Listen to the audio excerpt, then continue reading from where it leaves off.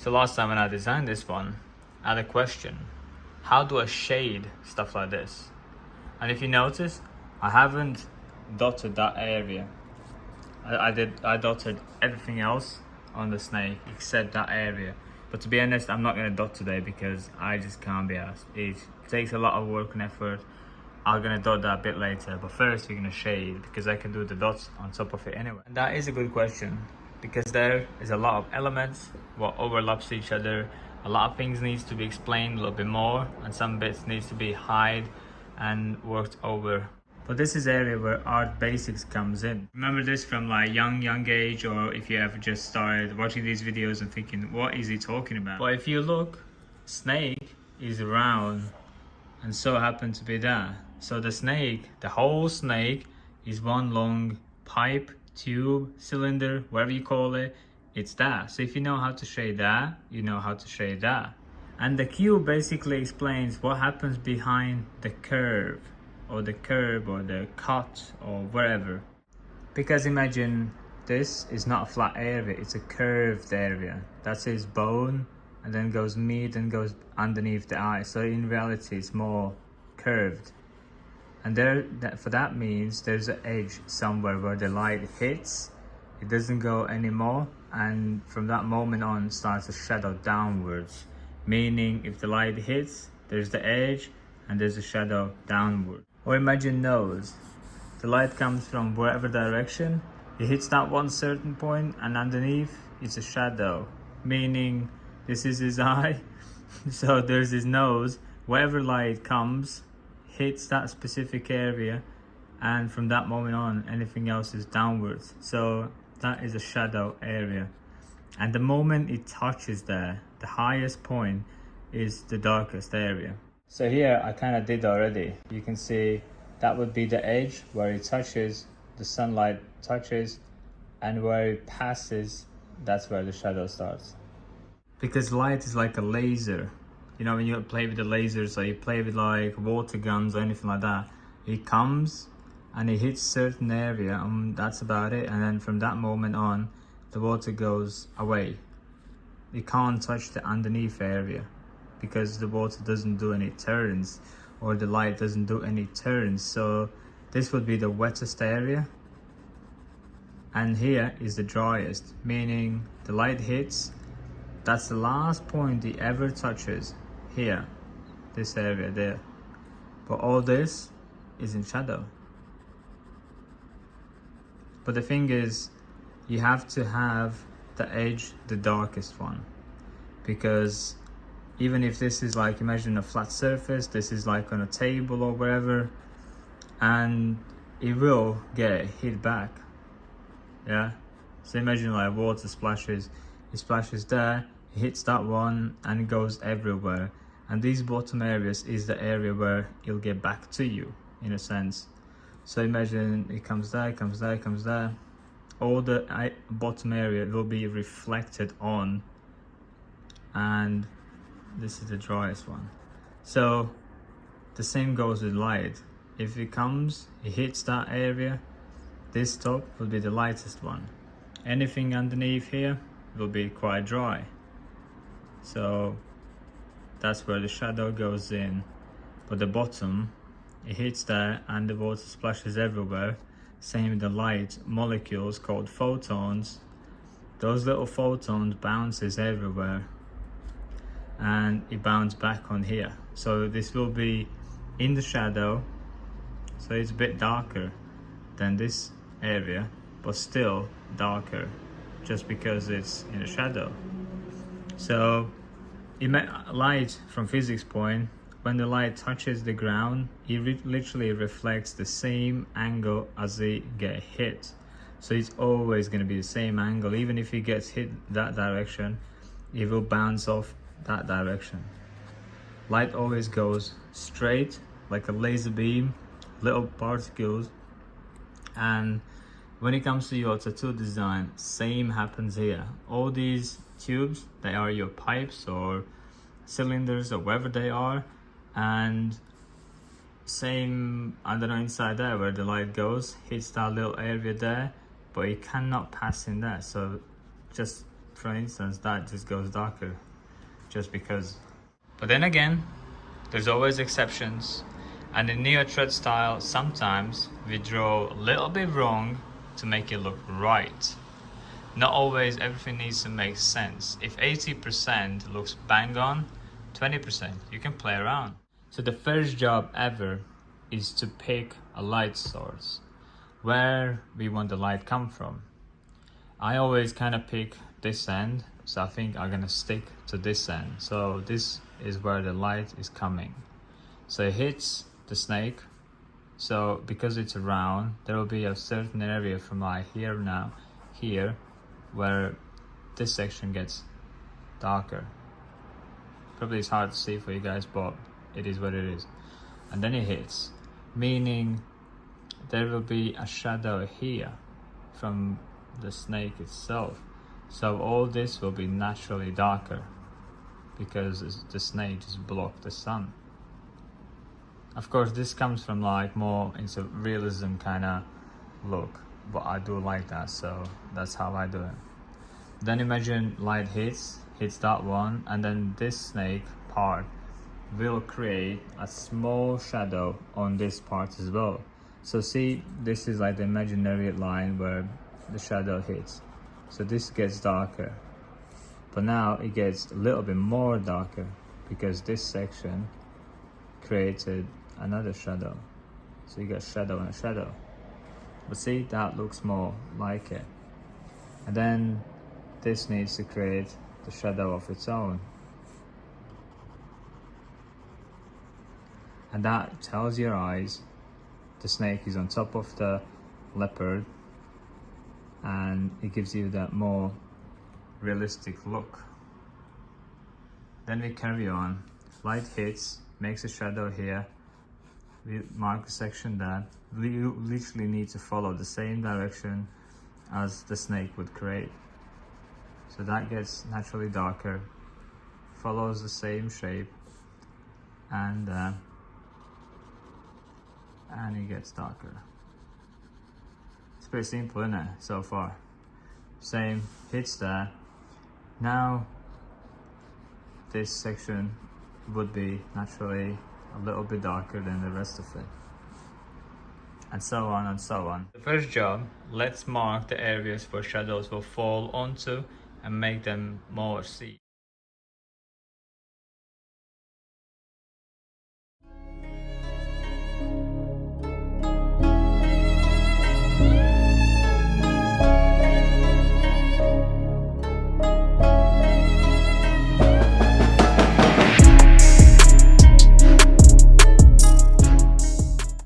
Let's say now we get to the mouth, which means wherever is outside, it will be lighter than inside because it's in.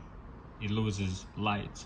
So just first of all, I would get the whole thing in one tone and then darken it down step by step by step, making this section out a bit lighter. Then as it goes deeper, it loses the light. Basically, it becomes like a cave. It goes in. So bit lighter, this section darker, till it gets the darkest, the darkest, the darkest, the darkest. Yeah, so that's how you get the depth inwards.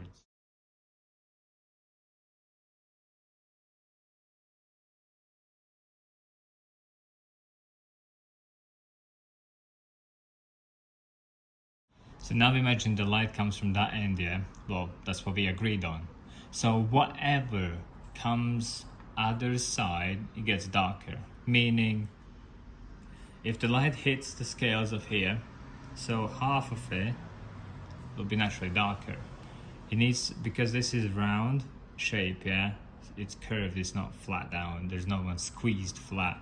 It's a round one. So there's the edge, what we discussed here. It's where it comes around and goes in there. So it comes around, it hits that end, gets darker, this section gets dark. Then the light hits that one, the head, so that creates the shadow there.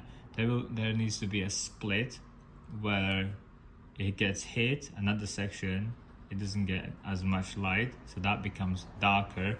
and whatever is on this side, imagine like you split this in half, this side needs to be naturally darker than that side because it gets way less light. Same with the tongue, there will be a shadow where the snake should create some kind of shadow on the tongue. Then the light hits the top section of the tongue, but here is more like the curvature where it starts to twist. So wherever it goes below that, it gets darker. But then again, because light hits that side, this side of the tongue should be a fraction darker than that one because it gets less light. And same goes with the face, where this end needs to be lighter.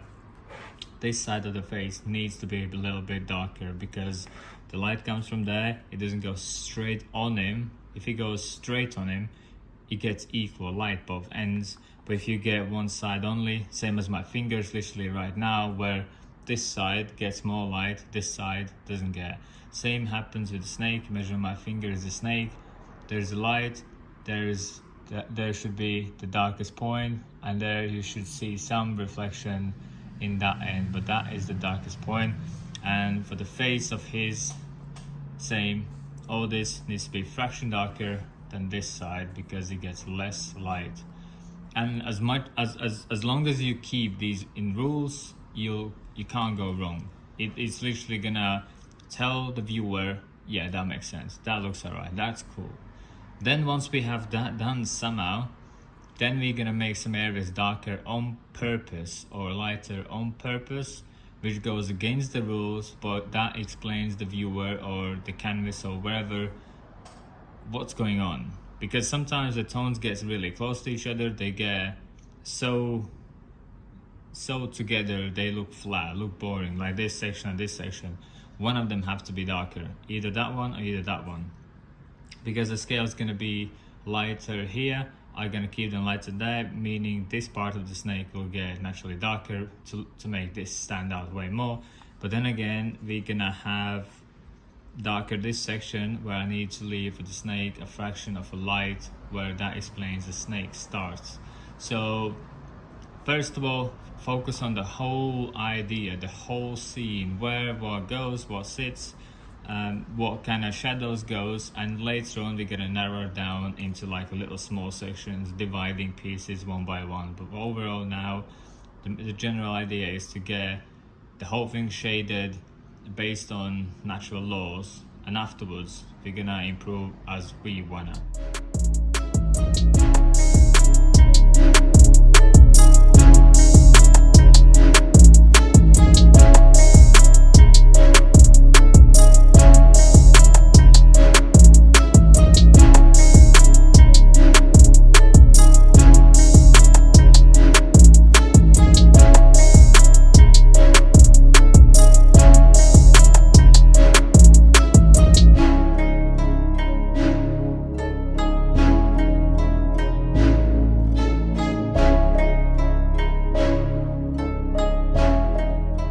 So if you wonder, why did I do what did I do? So as we discussed here earlier, this is the edge, and that's where the light comes, hits, gets the darkest, fades out. So when we are here, I use basically that edge as the end of that and made darker from that moment on. So this became darker. And then every scale here is the edge. So if you imagine if that would be from side, this here would be flat down, then it drops down. It's like a mini steps in a sense. Like imagine you draw like steps where you walk. So these are the steps. And if the light hits from there, obviously this gets darker. So for that reason, the light hits, it's probably lighter here, but as it gets deeper, it loses the light reflection, it becomes darker, and then light hits there. Obviously this is darker than that, so the whole this is darker than the step itself, but as it gets deeper it loses reflection, so it becomes darker. Yeah, that's why.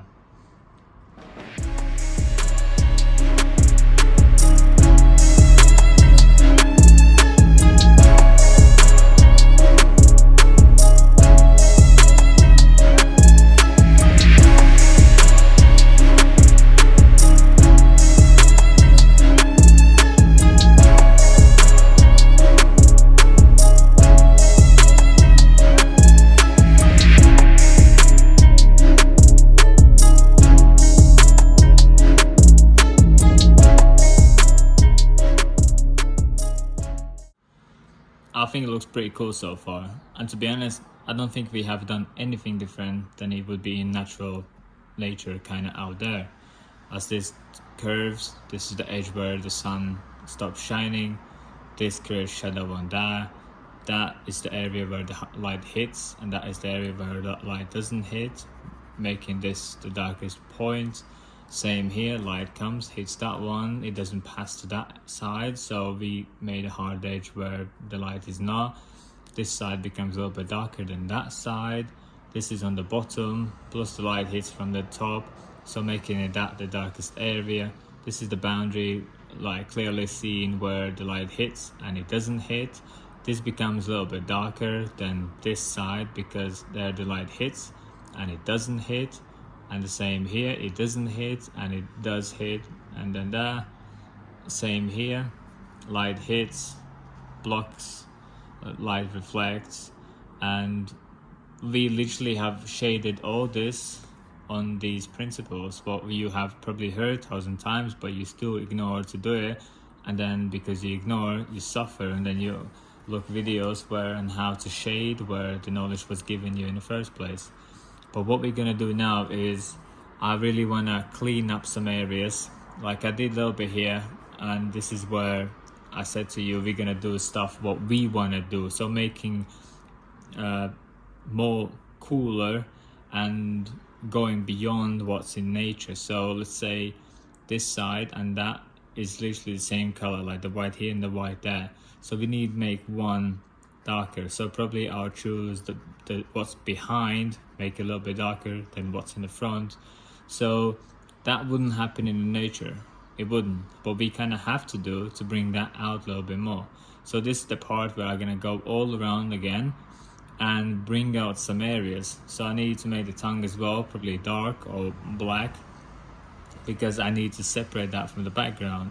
In nature that wouldn't happen, it would be nice bright what's it called, pink maybe, but we are doing neutral, so that has to be over exaggerated in a one or other way. Same, probably I need to darken that area just to make that pop out a little bit more. This is the time when we go beyond nature, but going into this style we kind of have to go and make things darker on purpose, just so they look cool, they stand out, and makes it more readable as a tattoo. This is not photo taken by camera, it is going to be a tattoo design, so certain things have to go beyond nature, so it is what it is. So in 2 words, what we're going to do now is we're going to divide what's in front, what's behind, what's next to each other. We need to make a higher and more contrasty separation.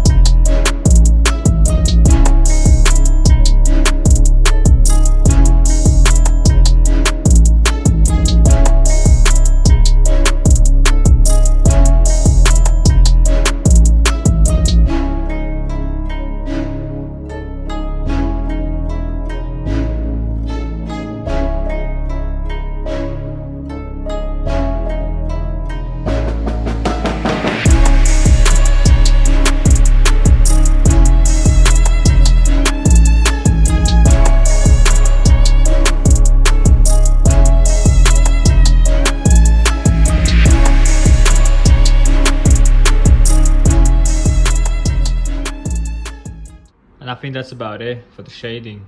Ideally, I would say probably a color would do really nice on this piece because it would separate them a little bit more than the pencil does.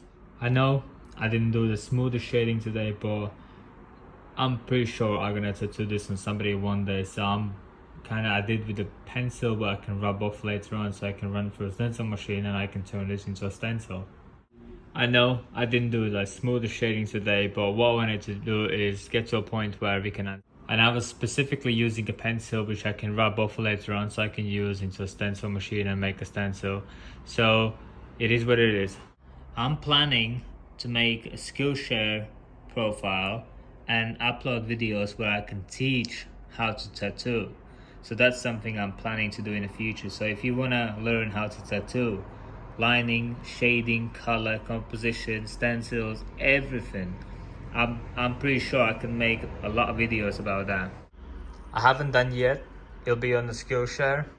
So I'm kind of asking you guys, are you interested in videos, in literally step by step, how and why, what machines I use, what voltage I use, what needles, what skins you need to buy, what angles, what pressure, everything like that. Would you be actually interested into having loads of videos of me making into like a little lessons where you can follow step by step and learn literally how to tattoo? And I can tattoo realism, black work, dot work, I think about 7 styles I can run like they would be my own. So I'm pretty sure I can teach quite a lot. Would you be interested, guys? You need to drop me a comment down below saying yes I would, or I wouldn't, or I don't care, or anything. I just need some feedback of would you actually, there's a point of me going and doing all that. And then I have a plan to make a studio, but for that one I was thinking like, what if I make a Patreon, which I do have, and if you guys could give a little support, a little push to us, I would assign a team of like 7-8 people, so we would be quite busy studio. And I'm thinking the guy who gives like the most support in future, I could fly him out to me and have a seat in my chair. I would make all that happen to the person who gives the biggest support. Do you think that's doable? Because I'm thinking that's pretty cool. Like if I would have a person that I buy a ticket and he comes over from wherever and I tattoo him, that would be a mad story, and that would be a cool video as well. So do you think that's possible as well? Let me know.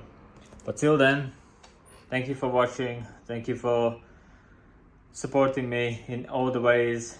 If I can ask, drop me a like if you learn anything, like a little small bit, even like a fraction from like something. If you learn something, drop me a like.